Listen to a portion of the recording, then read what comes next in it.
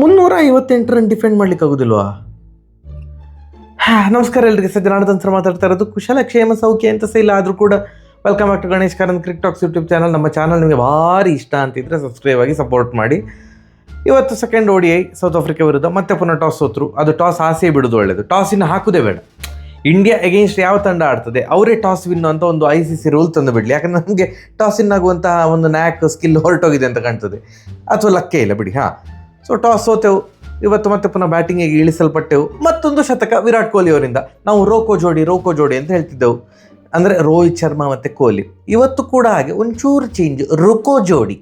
ಯಾರು? ಋತುರಾಜ್ ಗಾಯಕ್ವಾಡ್ ಮತ್ತು Kohli. ರುಕೋ, but no ರುಕೋ, ನಿಲ್ಲಿಸ್ಲೇ ಇಲ್ಲ. ದಡ್ಡ ಬಡ್ಡ ಹೊಡಿತಾ ಇದ್ರು ಇಬ್ಬರು. ಅವರಿಬ್ಬರು ಆಟ ಆಡ್ತಿದ್ದಾಗ ವಾರೇ ವಾ ಅಂತ ಅನಿಸಿದಂತೂ ಹೌದು. ಇಬ್ಬರು ಕೂಡ ಶತಕ, ಆ ಕಡೆಯಿಂದ ವಿರಾಟ್ ಕೊಹ್ಲಿ ಅವರ ಶತಕ, ಹಾಗೆ ಈ ಕಡೆಯಿಂದ ಋತುರಾಜ್ ಗಾಯಕ್ವಾಡ್ ಅವರ ಚೊಚ್ಚಲ ಶತಕ. ನೋಡಿ, ಅವರು ಆ್ಯಕ್ಚುಲಿ ಡೆಸಿಗ್ನೇಟೆಡ್ ಓಪನರ್ ಆಗಿ ಅವರಿಗೆ ಆಡಿ ಅಭ್ಯಾಸ.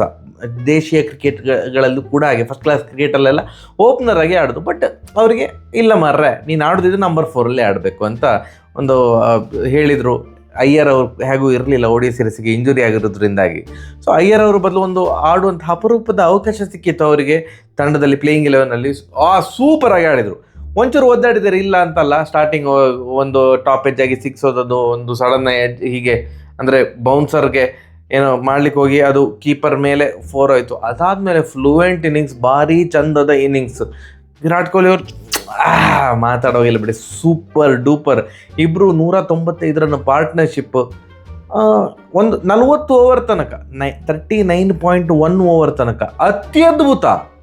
39.1 ಓವರ್ಗೆ 284 ರನ್ ಆಗಿದೆ. ಏನು ಆವಾಗ ಇವರು ಔಟ್ ಆದರು, ವಿರಾಟ್ ಕೊಹ್ಲಿ ಅವರು ಔಟ್ ಆದರು. ಅದಕ್ಕಿಂತ ಮುಂಚೆ ಒಂದು 3 ಓವರ್ ಮುಂಚೆ ಋತುರಾಜ್ ಗಾಯಕ್ವಾಡ್ ಅವರು ಔಟ್ ಆಗಿದ್ದರು. 39.1ಕ್ಕೆ 284 ರನ್ ಹೊಡೆದಾಗಿದೆ. 40 ಓವರ್ಸ್ ಆಗಲಿಲ್ಲ. ವಿರಾಟ್ ಕೊಹ್ಲಿ ಅವರು ಔಟ್ ಆದರು. ಅದಾದಮೇಲೆ ಬಂದಂಥದ್ದು ಆಟಗಾರ ವಾಷಿಂಗ್ಟನ್ ಸುಂದರ್ ಅವರು. ನಾನು ಇದಕ್ಕೆ ಖಂಡಿತವಾಗಿ ಮ್ಯಾನೇಜ್ಮೆಂಟನ್ನು ದೂರ್ತೇನೆ, ಗಂಭೀರ್ ಅವರನ್ನು, ಅಥವಾ ಹೂಎವರ್ ಈಸ್ ರೆಸ್ಪಾನ್ಸಿಬಲ್. ಆ ಒಂದು ನೋಡಿ, ಟೆಸ್ಟ್ ಸೀರೀಸಿಂದವೇ ಅವರ ರೋಲ್ ಅವರಿಗೆ ಗೊತ್ತಿಲ್ಲ ಪಾಪ ಸುಂದರ್ ಅವರಿಗೆ. ಒಂದು ಟೆಸ್ಟಲ್ಲಿ 1 ಡೌನ್ ಕಳಿಸಿದ್ರು ಫಸ್ಟ್ ಟೆಸ್ಟಲ್ಲಿ. ಅದಾದಮೇಲೆ ಎಲ್ಲಿಯೋ 6 ವಿಕೆಟ್ 7 ವಿಕೆಟ್ ಹೋದ್ಮೇಲೆ ಕಳಿಸಿದ್ರು ಸೆಕೆಂಡ್ ಇದು ಟೆಸ್ಟಲ್ಲಿ. ಬೌಲಿಂಗ್ ಕರೆಕ್ಟಾಗಿ ಸಿಗ್ತಾ ಇಲ್ಲ. ಐ ಥಿಂಕ್ ಫಸ್ಟ್ ಮ್ಯಾಚಲ್ಲಿ 1 ಓವರ್ ಹಾಕಿದ್ದ ಅಂತ ಅವರು, 1 ಓವರ್ ಸಿಕ್ಕಿದ್ದು ಫಸ್ಟ್ ಟೆಸ್ಟಲ್ಲಿ ನನ್ನ ಪ್ರಕಾರ. ಅದಾದಮೇಲೆ ಸೆಕೆಂಡ್ ಟೆಸ್ಟಲ್ಲಿ ಸಹ ಅಂದರೆ ಕರೆಕ್ಟಾಗಿ ಅವರ ರೋಲ್ ಡಿಫೈನ್ ಆಗಿಲ್ಲ. ಒಟ್ರಾಶಿ ODIಯಲ್ಲಿ ಸಹ ಹಾಗೆ, ಫಸ್ಟ್ ODIಯಲ್ಲಿ ಯಾಕೆ ಅಪ್ ದ ಆರ್ಡರ್ ಆಡಿಸಿದ್ದಾರೆ ಅಂತ ಗೊತ್ತಿಲ್ಲ. ಇವತ್ತು ಸಹ ಹಾಗೆ ಆದದ್ದು. ಬಂದರು 39 ಅಂದರೆ 40th ಓವರ್ ನಡೀತಾ ಉಂಟು. 5 ಬಾಲ್ ಡಾಟ್, ಅಂದರೆ over all first ball wicket, ಮತ್ತು ಇವರು 5 ಬಾಲ್ ಡಾಟ್ ಬಾಲ್ ಆಡಿದರು. 40ನೇ ಓವರ್ ಮೇಡನ್ ಓವರ್ ಮಾರ್ರೆ, 40ನೇ ಓವರ್. ಅದಾದಮೇಲೆ ಅದೇ ಹೇಳಿದ್ನಲ್ಲ, ಪ್ರೆಷರ್, ಒಟ್ರಾಶಿ ಪ್ರೆಷರ್. ಪಾಪ ಅವರಿಗೆ ರೋಲ್ ಅದು ಗೊತ್ತಾಗ್ತಿತ್ತು, ನರ್ವಸ್ ನಾರಾಯಣಾಗಿ ಹೋಗಿದ್ದಾರೆ ಅಂತ, ಎಂತ ಮಾಡ್ಬೇಕಂತ ಗೊತ್ತಾಗ್ತಾ ಇಲ್ಲ ಅವರಿಗೆ, ಕ್ಲೂಲೆಸ್. ಅಲ್ಲಿ ರನ್ನೇ ಇಲ್ಲ. ಈಗ ಶಾರ್ಟ್ ಥರ್ಡ್ ಮ್ಯಾನಿಗೆ ಹೊಡೆದ್ರು, ಒಬ್ಬರೇ ಓಡ್ತಾ ಇದ್ದಾರೆ. ರಾಹುಲ್ ಆ ಕಡೆಯಿಂದ ಅಣ್ಣ ಎಲ್ಲಿಗೆ ಬೇಡ ಅಂತ ಹೇಳಿದರು, ರನ್ ಔಟು. ಥರ್ಡ್ ಅಂಪೈರ್ ಕೂಡ ಹೋಗಲಿಲ್ಲ, ಯಾರು ಅಂಪೈರ್ ಡೈರೆಕ್ಟಾಗಿ ಔಟ್ ಅಂತ ಕೊಟ್ಟರು. ಅದಾದಮೇಲೆ 30 ಅದು ಆ ಒಂದು 40 ಓವರ್ ಬಿಟ್ಟಾಕಿ, ಆ ಒಂದು 40ನೇ ಓವರ್ ಬಿಟ್ಟಾಕಿ ನೆಕ್ಸ್ಟ್ 9 ಓವರ್ ರಾಹುಲ್ ಮತ್ತು ಜಡೇಜಾ ಅವರು ಸೇರಿಕೊಂಡು ಯಾವ ನಮೂನಿದು ಕ್ರಿಕೆಟ್ ಆಡಿದ್ರಂತ ನಮ್ಗೆ ಈಗ ಸಹ ಅರಗಿಸಿಕೊಳ್ಳಿಕ್ಕೆ ಆಗ್ತಾ ಇಲ್ಲ. ಲಾಸ್ಟ್ ಓವರಲ್ಲಿ ಒಂದು 18 ರನ್ ಬಂತು, 1 6 2 4, ಅದು ಬಿಟ್ಟಾಕಿ 9 ಓವರ್. ಅಂದರೆ ರನ್ ಬಾಲ್ ಕ್ರಿಕೆಟ್ ಆಡ್ತಾ ಇದ್ದಾರೆ. ನಾವು ನೋಡುವಾಗ ಇದೆಂತ 20ರಿಂದ 30ನೇ ಓವರ್ ನಡೀತಾ ಉಂಟು, ಹಾಫ್ ಫೇಸ್ ನಡೀತಾ ಉಂಟು ಅನಿಸುವಷ್ಟು ಆರಾಮಾಗಿ ಸಿಂಗಲ್ ತೆಗೆದುಕೊಂಡು ರಾಹುಲ್ ಅವರು ಅಟ್ಲೀಸ್ಟ್ 43 ಬಾಲಿಗೆ 66 ರನ್ನು. ಅವ್ರದ್ದು ಒಂದು ಸ್ಟ್ರೈಕ್ ರೇಟ್ 150 ಇತ್ತು. ಜಡೇಜಾ ಅವ್ರಿಗೆ ನಮಗೆ ಅರ್ಥವೇ ಆಗಲಿಲ್ಲ ಇವತ್ತು ಆಟ. 27 ಬಾಲಿಗೆ 24 ರನ್, 2 4, ಒಂದು ಅದು ಸಹ ಲಾಸ್ಟ್ ಓವರಲ್ಲಿ ಒಂದು 4 ಬಂದದ್ದು ಅವರ ಕಡೆಯಿಂದ. ಎಂತ ಆಡ್ತಿದ್ದಾರೆ ಅಂತವೇ ಅರ್ಥ ಆಗ್ತಿಲ್ಲ. ಈಗ ಸಹ ಹೇಳ್ತೇನೆ, ಜಡೇಜಾ ಒಂದು ಹ್ಯಾಂಡಿ ಬೌಲರ್, ಇದು ಹ್ಯಾಂಡಿ ಬ್ಯಾಟ್ಸ್ಮನ್. ಬಟ್ ನಮಗೆ ಅವ್ರನ್ನ ಫಿನಿಷರ್ ಆಗಿ ಎಲ್ಲ ನೋಡಲಿಕ್ಕೆ ಸಾಧ್ಯನೇ ಇಲ್ಲ. ಈ ಥರದ ಒಂದು ಬ್ಯಾಟಿಂಗ್ ಬಂದಾಗ, ಯಾವುದು ಸ್ಲಾಗ್ ಓವರ್ಗಳಲ್ಲಿ, ಆಗ ಹಾರ್ದಿಕ್ ಪಾಂಡ್ಯ ಅವ್ರ ನೆನಪು ಭಾರಿ ಕಾಡ್ತದೆ. ಅಯ್ಯೋ ಹಾರ್ದಿಕ್ ಪಾಂಡ್ಯ ಇರಬೇಕಿತ್ತು ಮಾರ್ರೆ, ಯಾಕಾದ್ರೆ ಇಂಜೂರ್ ಆದರೆ ಏನೋ. ದಡ್ಡ ಬಡ ಮಿನಿಮಮ್ 380 ರನ್ ಹೊಡಿತಾರೆ ಅಂತ ಅಂದ್ಕೊಂಡದ್ದು. ಇವತ್ತು ಈಸಿಯಾಗಿ ಒಂದು ಏನಿಲ್ಲ ಅಂದರೆ 20-25 ರನ್ ಶಾರ್ಟ್ ಮಿನಿಮಮ್ ನಾ ಹೇಳ್ತಾ ಇರೋದು.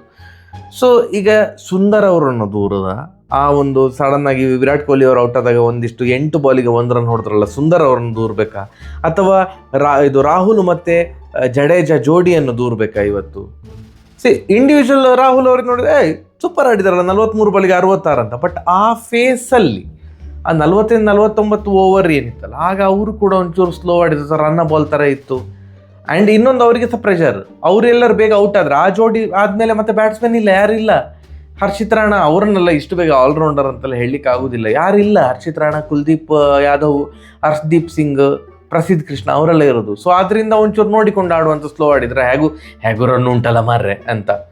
ಮಾಡರ್ನ್ ಡೇ ಕ್ರಿಕೆಟಲ್ಲಿ ಎಷ್ಟು ರನ್ ಹೊಡೆದ್ರೂ ಕೂಡ ಸಾಕಾಗೋದಿಲ್ಲ, ಸ್ಲಾಗ್ ಓವರಲ್ಲಿ ಬೀಸಲೇಬೇಕು.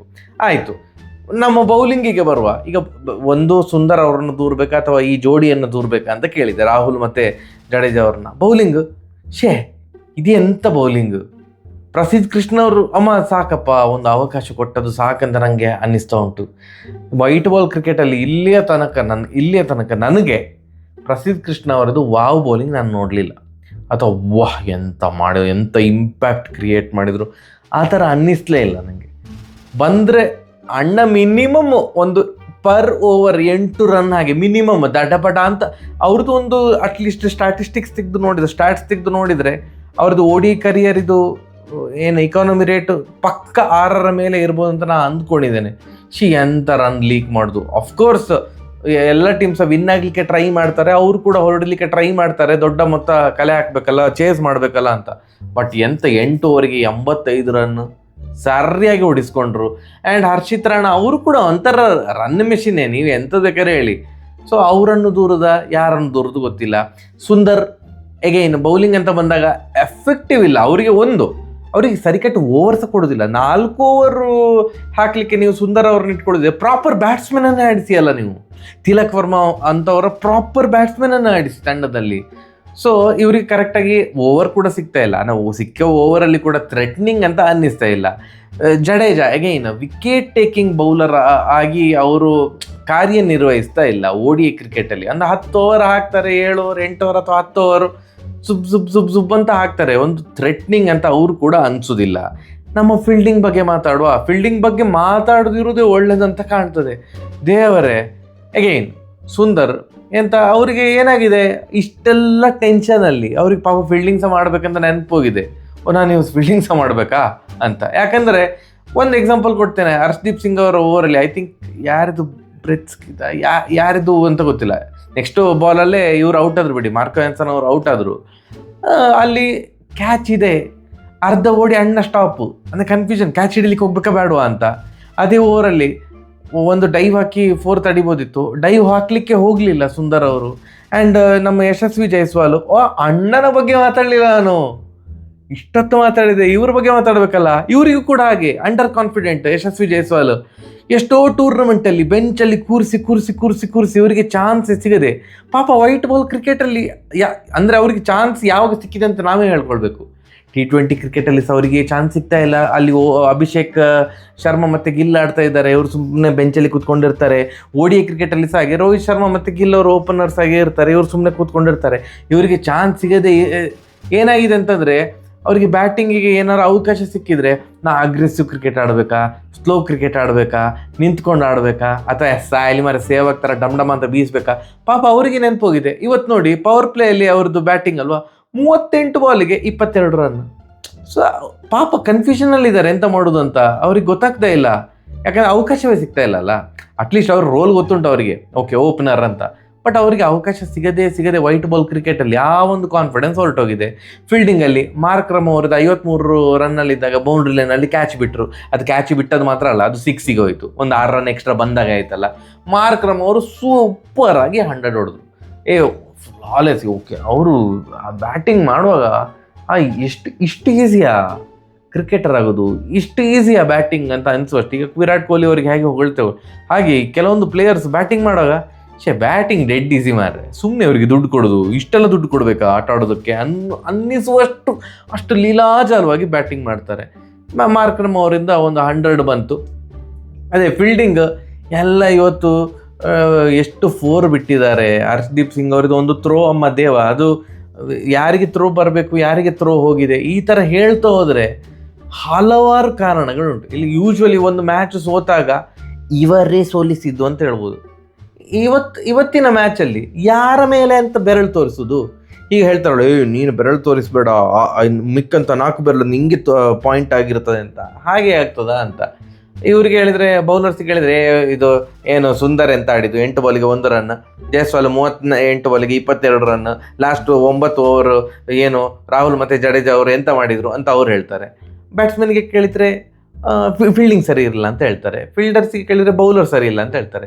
ಒಟ್ಟಿನಲ್ಲಿ ಇವತ್ತಿನ ಮ್ಯಾಚ್ ಬಗ್ಗೆ ಇಷ್ಟು ಮಾತಾಡಿದ್ದೆ ವೇಸ್ಟ್ ಅಷ್ಟೇ. ನೀವು ಪಾಪ ಆದ್ರೂ ಕೂಡ ನೋಡ್ತಾ ಇದ್ದೀರಿ ಈ ವಿಡಿಯೋವನ್ನು. ನಿಮ್ಮ ಒಂದು ತಾಳ್ಮೆಗೆ ನಾನು ಯಾವತ್ತೂ ಸಹ ಒಂದು ಆಭಾರಿಯಾಗಿರ್ತೇನೆ. ಅಂದರೆ 3ನೇ ಮ್ಯಾಚ್ ತನಕ ತಗೊಂಡು ಹೋಗುವಂತ ಡಿಸೈಡ್ ಮಾಡಿದ್ರ ಅಂತ.